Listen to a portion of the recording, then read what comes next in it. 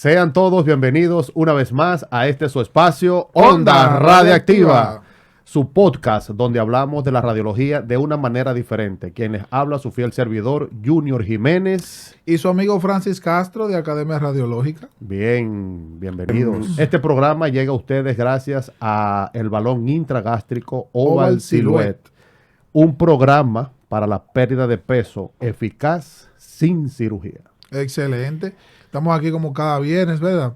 Y antes de empezar con el tema que tenemos para hoy con su invitado, me gusta siempre dar la breve palabra, que yo no, siempre me hace un guión para que yo las diga. Una vez yo leí, por ahí leyendo en internet, alguien que dijo que ética era hacer las cosas bien cuando nadie nos está viendo. Y yo digo que una frase como esa no encaja mejor para un área tan conmovedora, tan delicada como el área de la salud.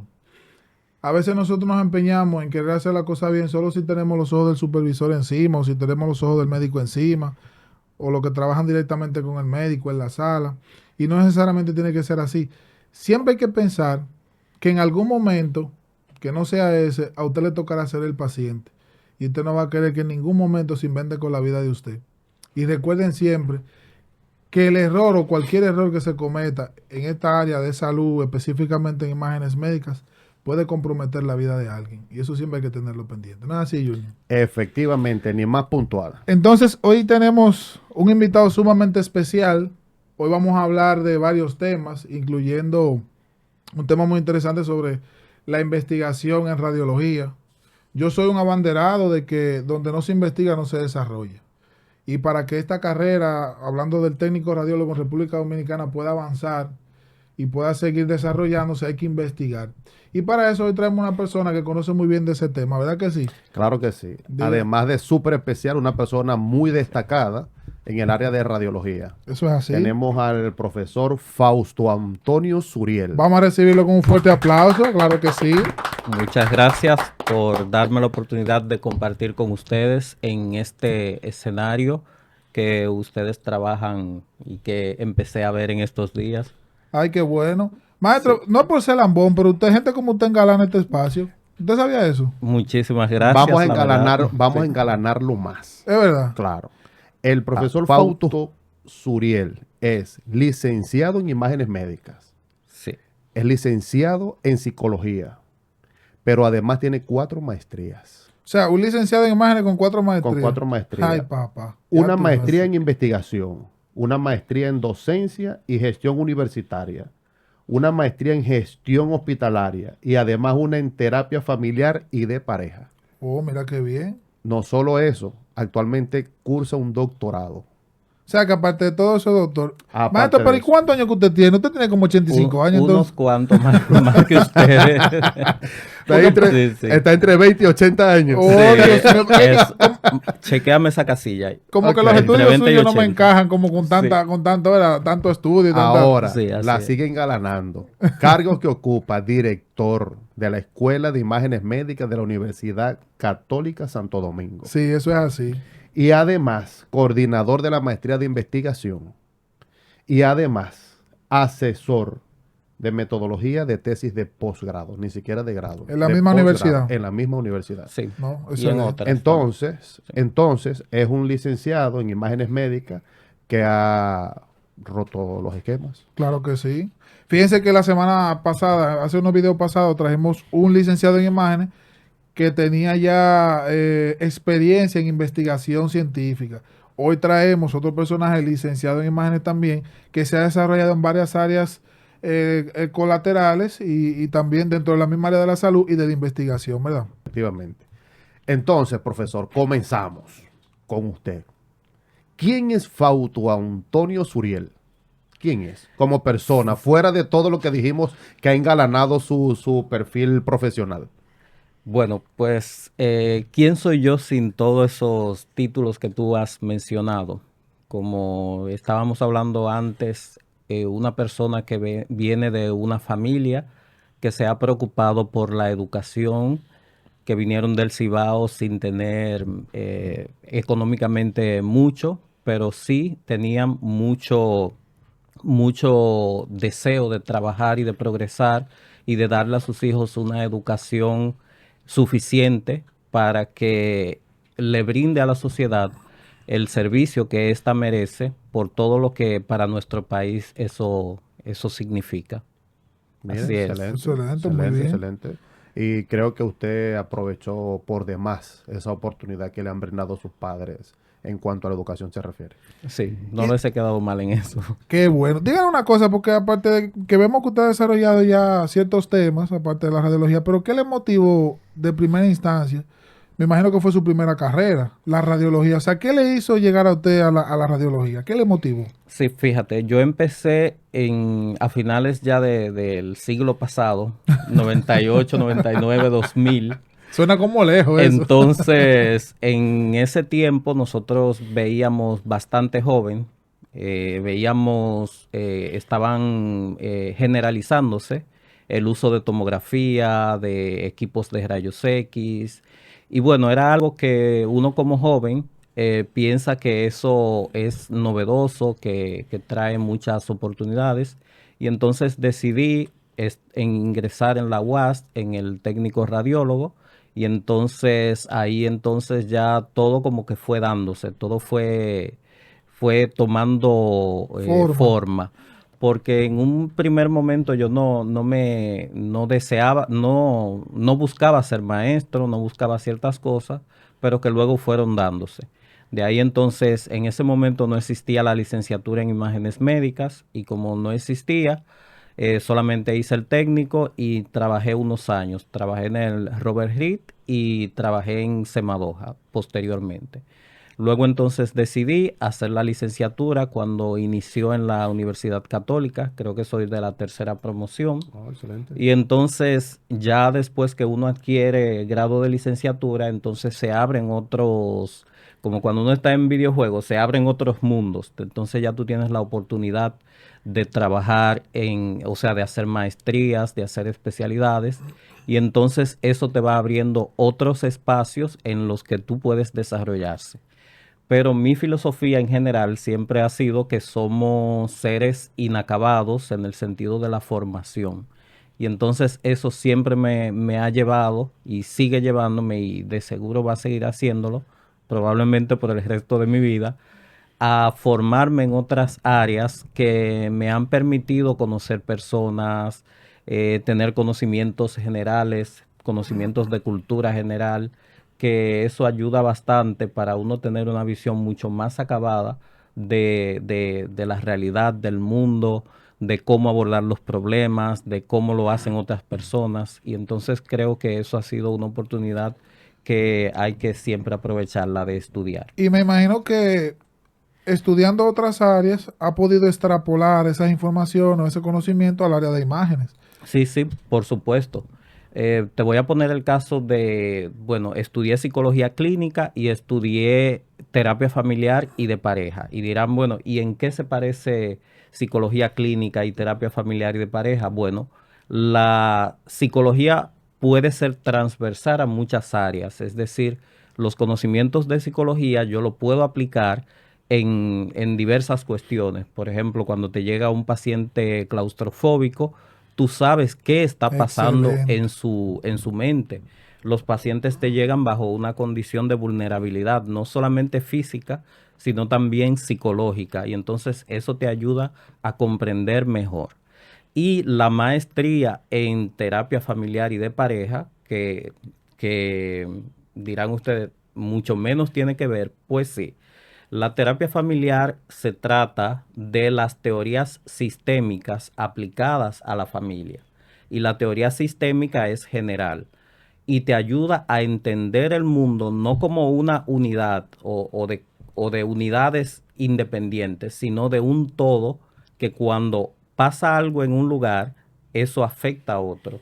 Así como cuando en nuestra familia una persona enferma, decimos que no es que esté enferma la persona, está enfermo el El sistema, entorno, sí. porque tiene que reestructurarse una serie de cuestiones familiares que eso va a afectar el desempeño, los roles, los límites, lo que tiene que hacer cada quien. Y entonces es muy bueno extrapolar eso a todo lo que uno trabaja, extrapolarlo a la nación, extrapolarlo a todo, en todo lo que uno se mueve. Usted sabe que ahora que usted lo menciona, el maestro me ha motivado a mí a estudiar eso mismo, psicología, porque a mí me pasa mucho que los pacientes llegan contándole los problemas a uno. Y muchas veces sucede que uno termina como siendo ese paño de lágrimas del que llega al centro contándote el problema, que si mamá esto, que si llegué sola, que si mis hijos no me cuidan, que si yo tuve este accidente y me pasó esto, yo creo que sería bueno, ¿verdad? Sí, ¿y por qué le pidieron el estudio? Ah, Y sí. se van mucho más allá de la indicación médica, desde la raíz del problema que le produjo esa situación de salud. Sí, y no solamente el estudiar, sino el tener la sensibilidad humana de saber que esa persona que te llegó, que se está moviendo, esa persona que tú dices, pero qué pendejo es, mira cómo lo ponen en un tomógrafo y le da miedo. Pero es que son cuestiones que esa persona no está bajo su control.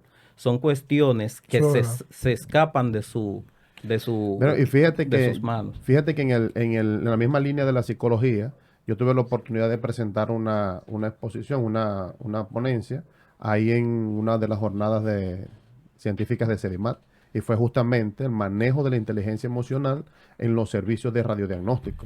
Y viene por esa misma línea. Porque muchas veces, entendiendo que el paciente trae un comportamiento, el que nosotros entendemos que no es el correcto, entonces nos bloqueamos, actuamos de una manera que no es acorde a lo que nosotros estamos haciendo, no estamos prestando bien el servicio y chocamos más al paciente de lo que lo maltratamos más de lo que el paciente ya viene. Para mí hay un tema que es la humanización de los servicios, que yo entiendo que debería tocarse con mucha frecuencia. ¿Tú sabes por qué? Porque a veces pasa, o sea, yo analizando, viéndolo como una especie de observatorio, que uno en el calor del trabajo a veces se vuelve muy mecánico y se le olvida que uno está dando un servicio a una persona que tiene un problema, por lo regular. Y uno como que ve ese servicio tan mecánico que se le olvida a veces que él llegó, que está angustiado, en el caso de que si va a un estudio de resonancia, que si es claustrofóbico, la paciente que va a mamografía, que a lo mejor se siente vulnerable porque le van a tocar una parte íntima. En hemodinamia, un paciente que llegó grave, y llega un momento que uno realmente se pone mecánico y ahí entra la psicología, uno entender a veces ponerse los zapatos del otro. Así es. Eso que tú mencionas es algo que nos ha pasado a todos. Tenemos una sobrecarga de Del trabajo, porque no es trabajo. solamente cómo te llega el paciente, sino es uno. Uno como ser humano también está expuesto a la sobrecarga laboral, el síndrome del trabajador quemado, que es cuando tú tienes un exceso de trabajo, que eso hace que se manifiesten en ti múltiples cuestiones, como por ejemplo físicas, mentales, de pensamientos, y eso puede ser incluso hasta peligroso. Y es ver como un todo.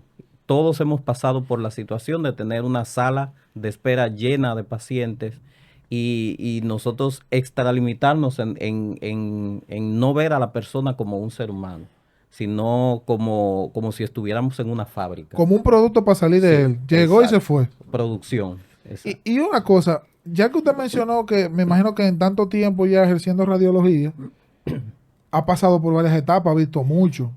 Pero en ese momento cuando usted inició, que imagino que han surgido muchos cambios, en ese momento, ¿cuál fue su mayor reto al entrar a radiología? O sea, ¿qué fue lo más difícil para usted en ese momento, al momento de ejercer la carrera?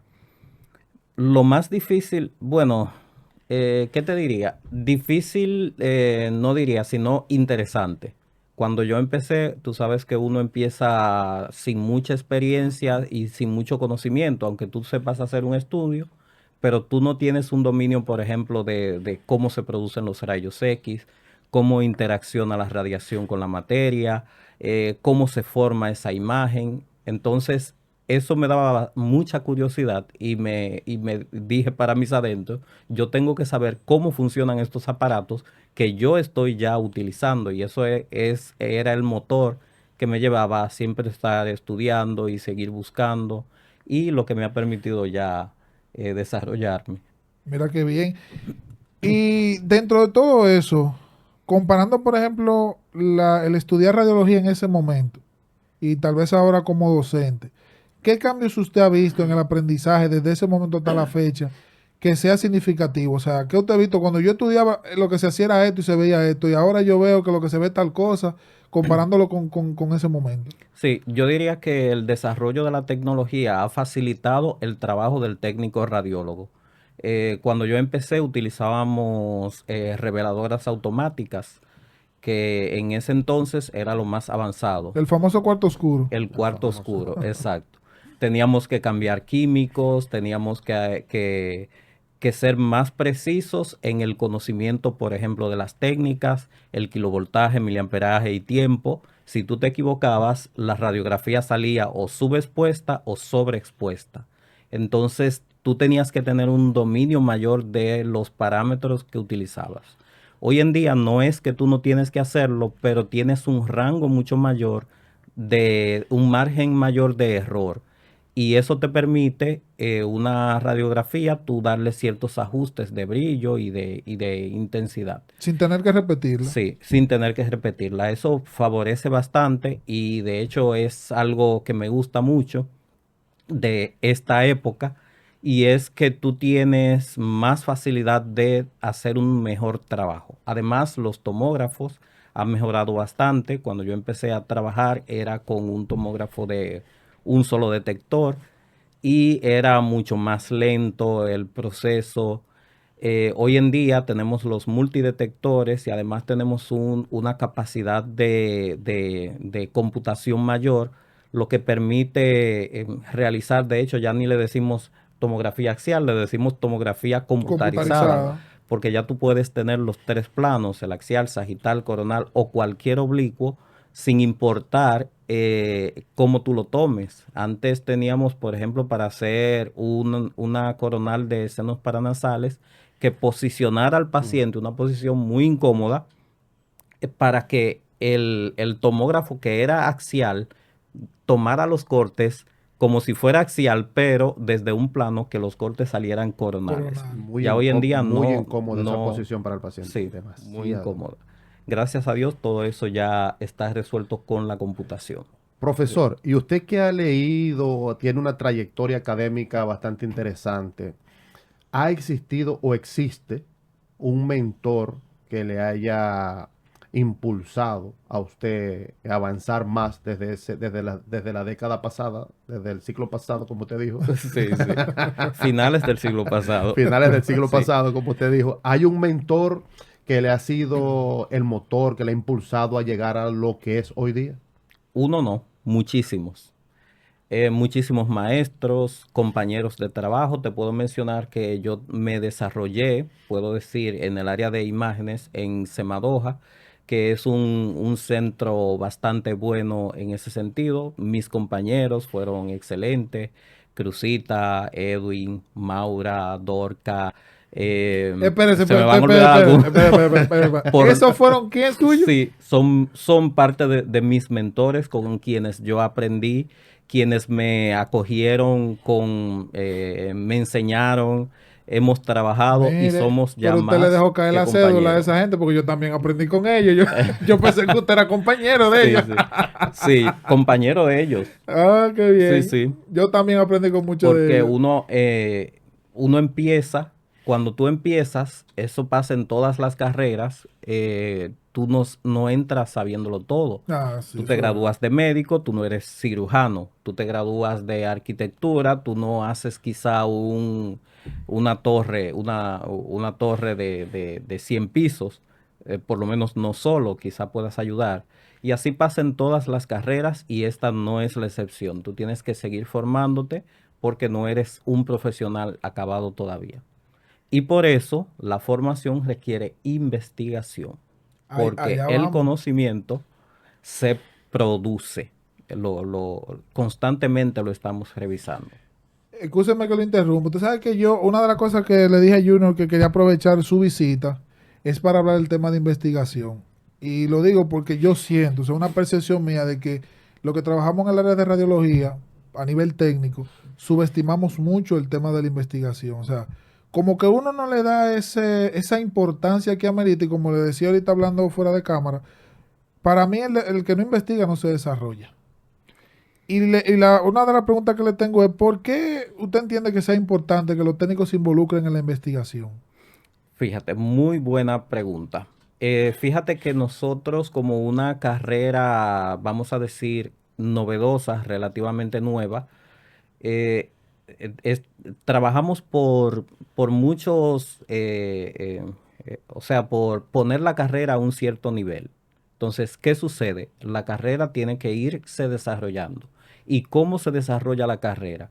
La carrera se desarrolla cuando nosotros nos desarrollamos. Entonces, ahí vamos a ver.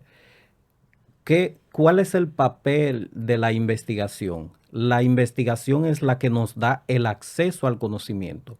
¿Cómo nosotros sabemos las cosas? ¿Cómo nosotros sabemos que los rayos X disminuyen su intensidad 4 veces cuando aumentas dos La veces distancia. la distancia? ¿Y cómo tú puedes aplicar eso? ¿Cómo tú lo puedes experimentar? ¿Cómo tú puedes implementar eso? Sacarle provecho. ¿Por qué tú haces una radiografía de tórax con una distancia mayor que una radiografía de abdomen? Todo eso tiene que ver con conocimiento. Y la metodología es la que diseña el acceso a ese conocimiento que constantemente se está revisando para entonces nosotros poder dar respuesta a todas las necesidades que tenemos en nuestras áreas de trabajo. Desde los procesos, los aparatos, los sucesos que pasan, la optimización de protocolos, todo eso tiene que ser estudiado. O sea, que nada de lo que se ha hecho en radiología es inventado. Yo se lo digo a los muchachos en clase, que Exacto. a veces afianzan mucho el conocimiento en el empirismo, y no es que no sea malo, o sea, no es que sea malo, porque hay gente que con el tiempo aprende muchas cosas, pero yo digo que es mejor afianzar el conocimiento en la metodología, en el método Sí. científico. Fíjate, ¿qué nos diferencia a nosotros de los animales? No son nuestros sentidos, porque nuestros sentidos son limitados. O sea, nuestra capacidad de visión no es mejor que la de los animales, no es mejor que la de un Ni águila, el olfato. ni el olfato mejor que la de un canino, de un perro, ni nuestras sensaciones. Entonces, ¿qué es lo que a nosotros como seres humanos nos hace superiores? Es nuestra capacidad de razonamiento. Entonces, cuando un estudiante o un profesional en el área de imágenes empieza a aprender a razonar, se convierte en un mejor profesional, porque muchas veces llegué a ver casos en los que a una persona le salió una radiografía sobreexpuesta y decía, bueno, me salió sobreexpuesta, entonces, ¿qué yo tengo que hacer? Aumentar el cabello. O sea, pero cuando tú conoces el mecanismo de cómo se produce una imagen y entonces tú, esas herramientas que vienen siendo como cartas que tú puedes jugar, tú aprendes a utilizarlas, pero razonando, entonces tú te conviertes en un mejor profesional. Y sabes entonces manejar mejor un niño en el cual tú tienes que ser más rápido. O una persona que es más, una persona con una condición de obesidad, lo puedes tratar de una mejor manera. Entonces, esa es la importancia de la investigación. Nos ayuda a adquirir conocimientos nuevos y nos ayuda al proceso de razonamiento. O sea, que no se trata de usted vio que la imagen salió sobreexpuesta o quemada, como se le dice comúnmente, y no es que yo voy a empezar a bajar y a subir botones, sino Exacto. entender, o sea, saber por qué la imagen salió sobreexpuesta, para saber qué parámetro yo voy a disminuir o voy a aumentar en función de lo que yo vea que quedó mal. Así mismo, que esa es la diferencia entre el profesional y el empírico. El empírico, bueno, hace las cosas, sube, baja y hace lo que le funciona. Pero el profesional no, el profesional se basa en un conocimiento que implica conocer un poco de anatomía, fisiología, conocer de física, Física. física radiológica especialmente de la parte de la física donde te habla acerca de la proyección de la luz, que es la misma proyección de los rayos X, por compartir que es una onda de radiofrecuencia, perdón, de radiofrecuencia, no, una onda electromagnética, igual Electromagnética. que la luz, y entonces conocer todo eso te lleva a ser un buen profesional. Eso es así. Profesor, en esa línea de investigación, ¿existe un área específica o existen múltiples áreas donde se puede hacer investigación en la radiología? Sí, en todo lo que implica la actuación del técnico radiólogo es susceptible de ser investigada. Dígase mamografía, rayos X, tomografía, fluoroscopía, densitometría, resonancia magnética, intervencionismo, radioterapia, medicina nuclear. Se puede, en todas las áreas se puede investigar. Recordando que nosotros investigamos el área que nos corresponde, excepto cuando estamos en equipos de investigación. Me refiero a los estudiantes, tenemos que llevar a los estudiantes a temáticas que ellos dominen, que sean factibles para ellos. Ya en el mundo, vamos a decir, real de la investigación, nosotros podemos dirigirnos, por ejemplo, yo estoy participando en una investigación de educación que tiene que ver con niños que tienen deficiencias cognitivas, pero yo solamente estoy en la parte metodológica, en la parte de elaboración de instrumentos, y luego voy a estar en la parte de recolección de recolección de datos y la interpretación de esos datos. Pero hay otros profesionales que tienen su función dentro de esa misma investigación. En la parte cualitativa, yo voy a estar en la parte cuantitativa, otros están en la parte gerencial, o sea que es un equipo. Cada quien tiene su rol. Aprendemos a hacerlo, sí. Profesor, y esos estudiantes que están interesados, los estudiantes de la carrera de imagenología que están interesados en la investigación, ¿qué habilidades deben tener ellos para poder comenzar los trabajos de investigación dentro de esta área? Sí, fíjate, todo tiene perfiles, es decir, no todos, eso es una realidad, no todos vamos a ser investigadores, no todos vamos a ser investigadores en la misma área, no todos nos va a gustar lo cualitativo y lo cuantitativo, nos va a gustar lo experimental y lo no experimental. Pero en el área de imágenes es amplia y tú te puedes dedicar, por ejemplo, si te gusta más trabajar con medicina nuclear, radioterapia y esas áreas, o tomografía, resonancia o rayos X, o la parte gerencial o la parte educativa e investigativa. En el caso específico que me preguntas de la investigación, el investigador tiene que tener una serie de competencias y esas competencias van hacia lo metodológico. Tú tienes que conocer los diferentes diseños de investigación, es decir, los diseños experimentales y los no experimentales que podemos realizar en el área de imagen. Tienes que conocer los diferentes alcances de la investigación, que eso es para simplificarlo en términos de conocimiento hasta dónde queremos llegar, ya sea Excelente. si estamos en algo muy novedoso o en algo que vamos a describir o que vamos a asociar o que lo vamos a buscarle la relación causa-efecto. Pero también tenemos que tener ciertos conocimientos técnicos, como por ejemplo saber calcular una muestra, decidir qué tipo de muestreo vamos a utilizar, qué métodos, que hay múltiples métodos que se pueden aplicar, desde el inductivo, deductivo, analítico, sintético, comparativo, entre otros. Y ese conocimiento es básico. Eso tiene que ver con la parte técnica, lo que se aprende. Hay otra que tiene que ver más con lo actitudinal, que si bien es cierto que también se aprende, se puede aprender, se puede mejorar, pero tiene que ver mucho contigo y con tu personalidad. Si te gusta leer, si te gusta investigar, leer artículos, todo eso tiene que gustarse, esa parte actitudinal hacia mantenerte actualizado en lo que estás investigando. Todo eso es necesario tú integrarlo como profesional en el área de investigación. Excelente.